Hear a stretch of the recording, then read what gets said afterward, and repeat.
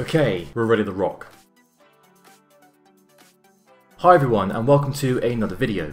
This flying lesson was really important. I had to show my instructor that I could safely perform diversions. Now to fully appreciate diversions, I'm just going to really touch on the absolute basics of flight planning. As pilots, we spend a lot of time and effort on the ground, in fact before we even set foot in the aircraft, planning. We have to update ourselves with information crucial to our flight. This is called notices to airmen or NOTAMs. We have to very thoroughly plan the route we're going to fly, make sure we're not going to infringe on busy commercial airspace. This is massively important for obvious reasons. We also have to know what the weather's going to do. There's a whole host of other things we have to plan for as well, but you get the idea, it's quite involved. Unfortunately, life's not perfect, as we all know, and no matter how well you prepare and plan, something could always come along and crop up, which causes things to go a little bit squiffy. And the end result is you have to divert and fly somewhere else. So anyway, let me just give you a scenario. Now, bear with me on this because obviously I'm at home and this is the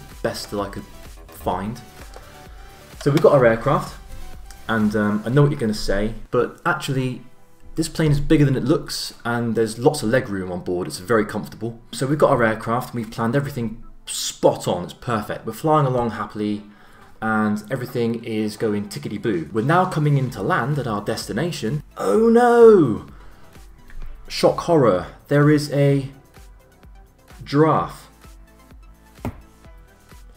on the runway. Now I haven't tested this theory out, but I'm pretty certain that if you were to try and land an aircraft on a giraffe, it's not going to end too well, at least not in the real world anyway.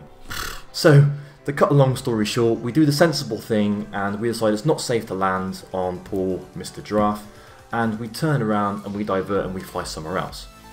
Cool. So that's your diversions. The camera angles that I've got in the plane when I'm filming a flying lesson don't really do this justice. But what's actually happening inside the aircraft is my instructor, he knows in his head the route that we're going to fly.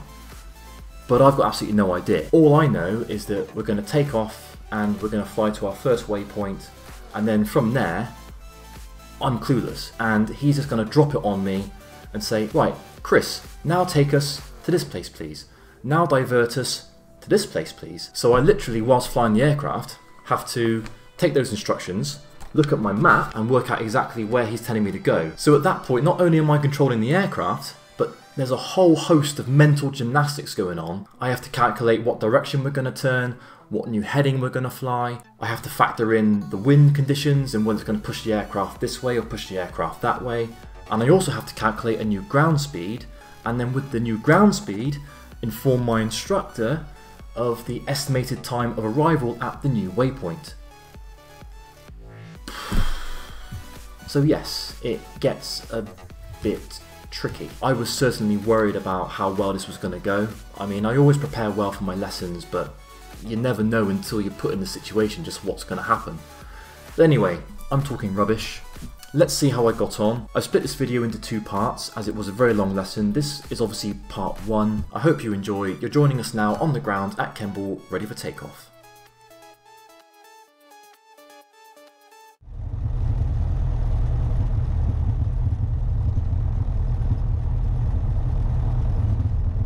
Belfast apron, eh? This is where they have all their parties in the planes. I think the party plane's on the other side. Oh, that's over there. Golf at Juliet November, via Alpha 1, enter runway 26, report lined up. Enter runway 26 and we'll go Golf Juliet November.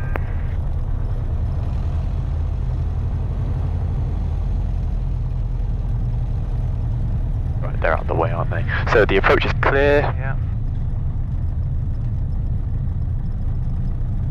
Golf Juliet November, ready for departure. Golf Juliet November, runway 26, take off at your discretion, surface wind 210, 12 knots. Taking off, Golf Juliet November. Wheels on the floor. 1, 2, 3 to 4 power. Right rudder. Bit of into-wind aileron. Okay, so RPMs are good. Engine T's and P's in the green. Airspeed is alive. We're waiting for 65 knots. Inner scale. Rotate.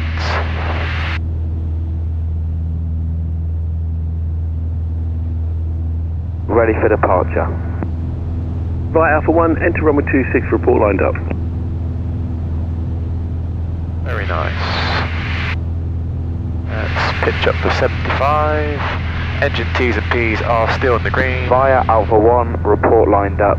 Golf uniform RPMs 0. are good.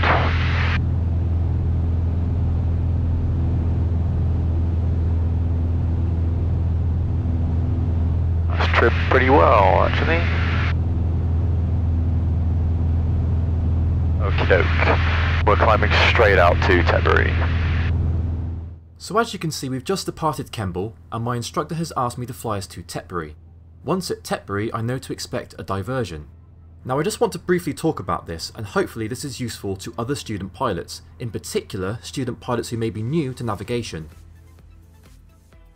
Whenever you are navigating between 2 points, whether it's your departure and your destination, or 2 turning points, this may sound obvious, but the most important thing you must ensure you do is set your heading from overhead your departure point or overhead your first turning point. So in this example, I would set my heading from overhead Tetbury, then follow the track that I've calculated in order to arrive at point B.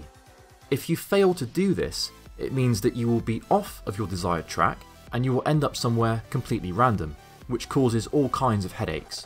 In this lesson, I actually make this exact mistake, and it's a very honest mistake that I make. I get a bit caught up multitasking, and I actually set heading from somewhere to the side of Tetbury. So even though I'm following the correct track, because I have set heading from somewhere to the side of Tetbury, if I continue, I'm going to end up somewhere completely random that I don't want to be. Now there are many ways that you can resolve this kind of error, so let's see how I get on.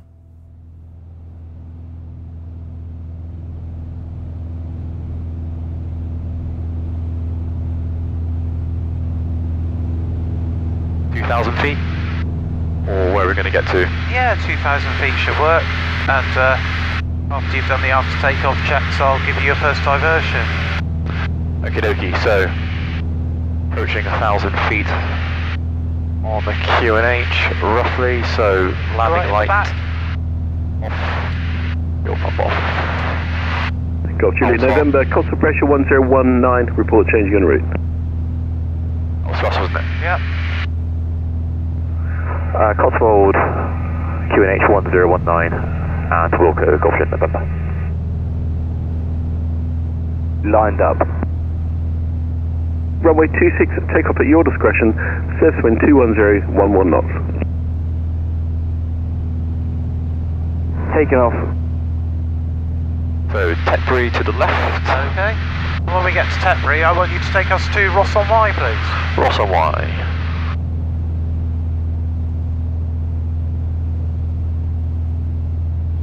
So when we get to Tetbury, I've asked Chris to take us to Ross on Wye. You know where that Helicopter, is? Cumulus Nation, runway news 26 left hand circuit, QFE 1008, report entering the ATZ. 26 left hand, QFE 1008, report entering the ATZ, helicopter my traffic. I can show you if you need me to. See it quicker than... Ross on Wye's there. Okay. And we are... Okay, so I am estimating that as being 315. I need to allow 11 degrees left, so I am going to fly a heading of 304. With a bit of a west variation, so we'll call it 305. So, twist. No, doesn't have it, does it? Oh.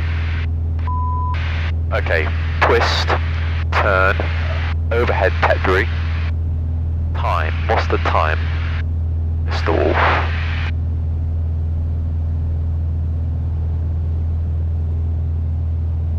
Minute 48 and 20:30 at it's 2,000. Let's level off before we go into cloud. 315. Coastal pressure 1019, report changing en route, traffic information in the 12 o'clock position, departing to the southwest. 1019 and what's visual, not now, looking out.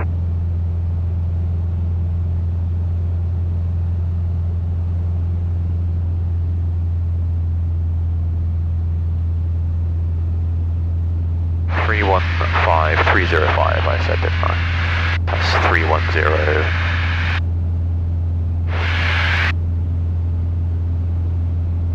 Helicopter Mike Bravo entering the ATZ from the northeast. Roger, report a final for 26 hard traffic from PA28 departing to the south.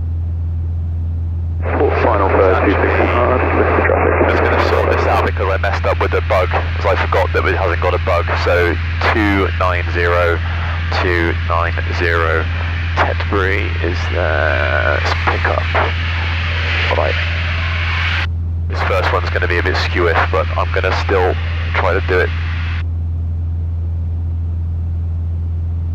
I'm going to fly until we are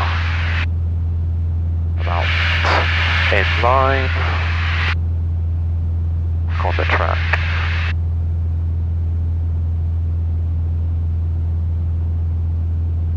No, I'm going to do this properly. I'm going to orbit back to Tetbury. Right, look out for traffic. Nope.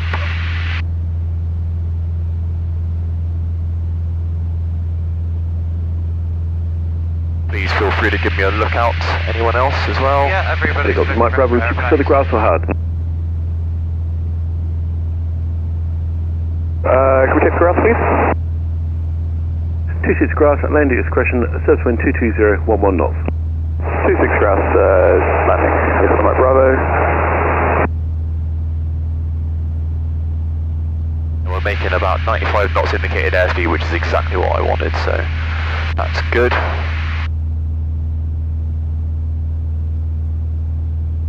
There's Tetbury. 25, right, so that is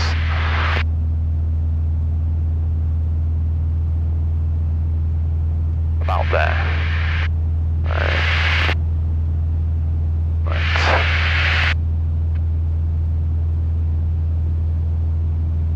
Compass aligned.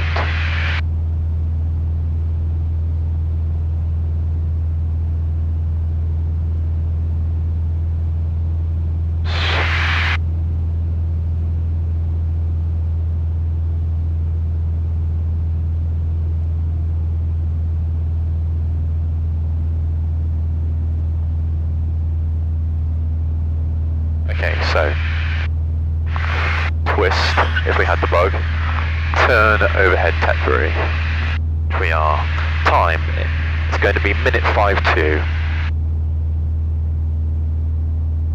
Redirect to Woodside. Helicopter Mike Bravo, redirect to Woodside. 305.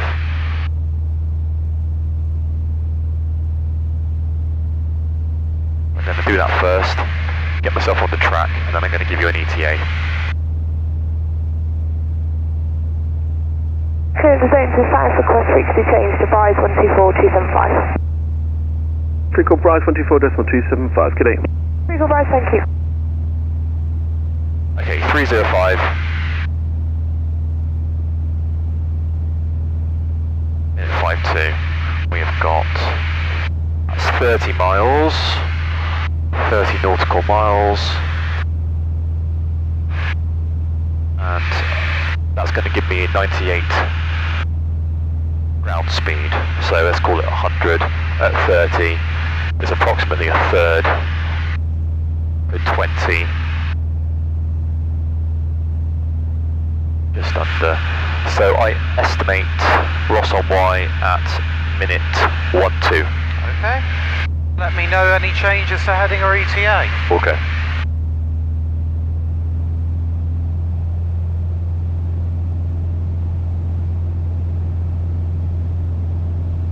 Right, so on our route, we should be going directly over the M5. We've got wind farm, or is that cables, and the bends in the river as well. Let's keep on track. A talk would be the position report at this point, which we don't need to do we? Well, Hemble aren't much use to us now, are they? So maybe just tell them you're going to change frequency en route. Thank you. Bristol radar. Well, you could put the Bristol listening squawk on afterwards. Yeah.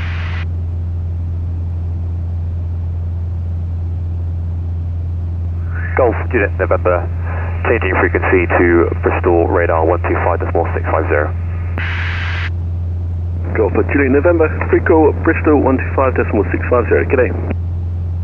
125.650. Good day. Thank you. Golf Juliet November. And task. So free to check. So fuel, we are on the right tank. We're not going to change this just yet. Radios are set.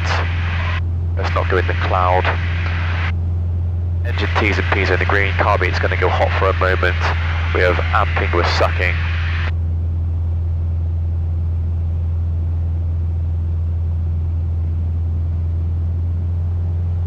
I can see through it, so that's fine. Direction, so we're looking, that looks, what's that giving me? That's 290, that's wandered a little bit.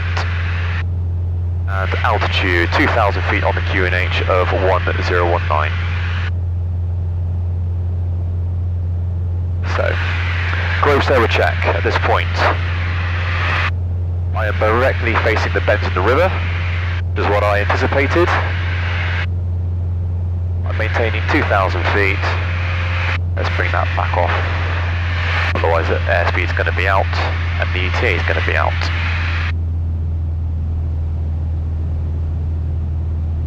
Is that in trim? No.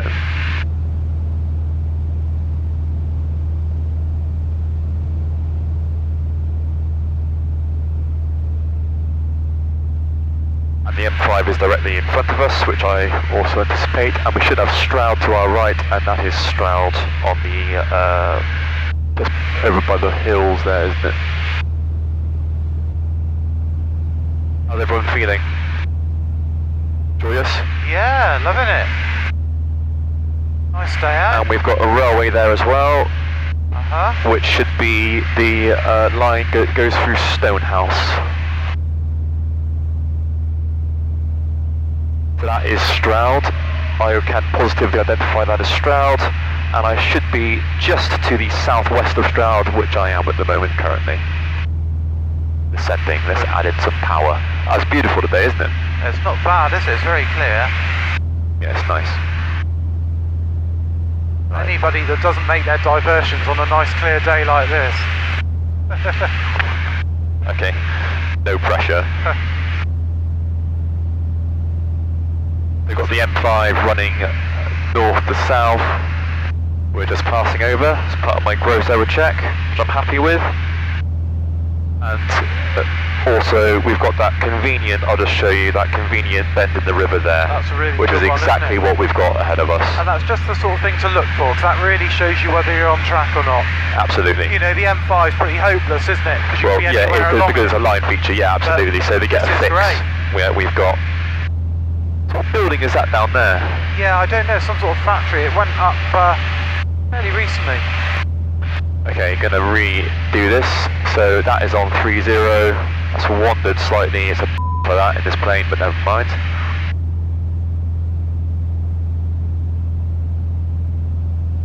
And I estimated minute 12, Ross on Y. To confirm Ross on Y, we are looking for the M50 going directly to the north of the town. We've got the River Y going through as well, and it is just after a little bit of high ground. And also I'll use the ETA as another ident. You're happy with the ETA at the minute? I'm just going to, let me have a look. So when we get near this part of the 7 where it widens out, that is 15 miles at an airspeed of, a ground speed of 98 knots. You see where we are, Tony? You happy? I was just looking at those, they're presumably power cables going across the... That should give us... Yeah. Estuary. And where you see the horseshoe in the river, you can see that bend just out here to the right. An ETA of 10 minutes.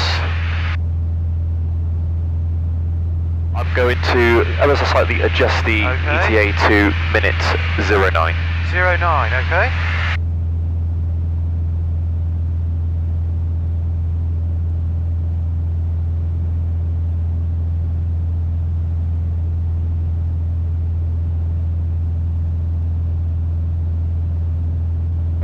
quite smooth up here, isn't it? Yeah, it's pretty good. I was expecting it to be quite bumpy. Yeah, me too.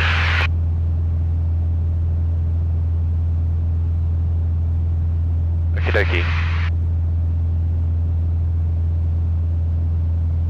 Right, a couple of things also to check. We're quite a distance from Cardiff. If we were going any closer, I would request a basic service from them. Okay. We're still within range of Bristol, so we're going to keep on a listening squawk. And their frequency.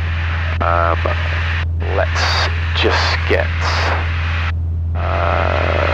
set the ATIS frequency.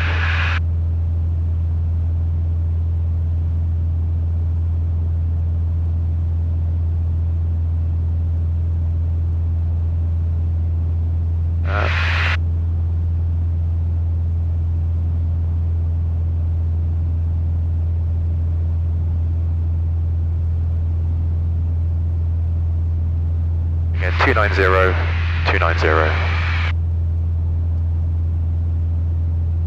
Have you made a heading adjustment then, Chris? Oh, I don't care if you do, you just need to tell me.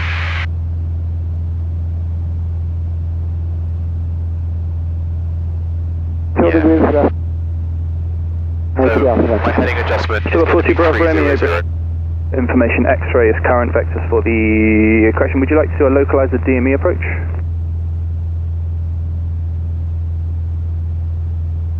So localize of unit 7. Roger that, so it's vectors for the localizer DME approach, runway 27 and to UR number 250 miles from touchdown. Speed radar vector of the localizer of unit 7, Spark 4 Romeo. I'm changing my mind.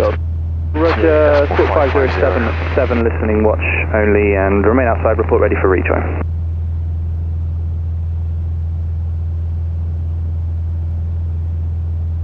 Just in case we get near to them.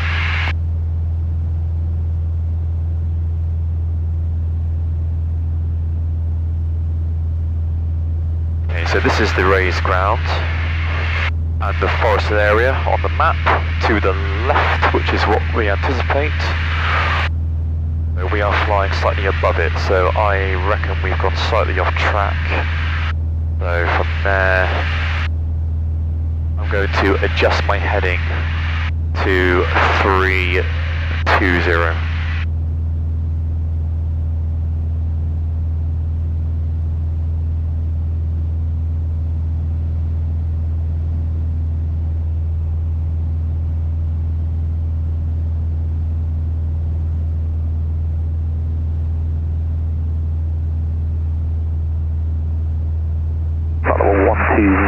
On a radar heading 255, 290 or greater, correction inbound Tomax with X-ray leg 2500, 1024. Descent flight level 80. Descent flight level 80. Vectors for the RNAV approach, runway 27, information X-ray is current, number 133 miles from touchdown. Vectors RNAV 27.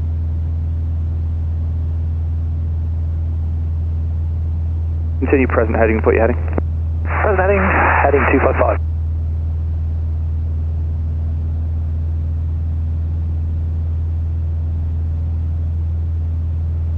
Route Pomax LROV. Pomax LROV.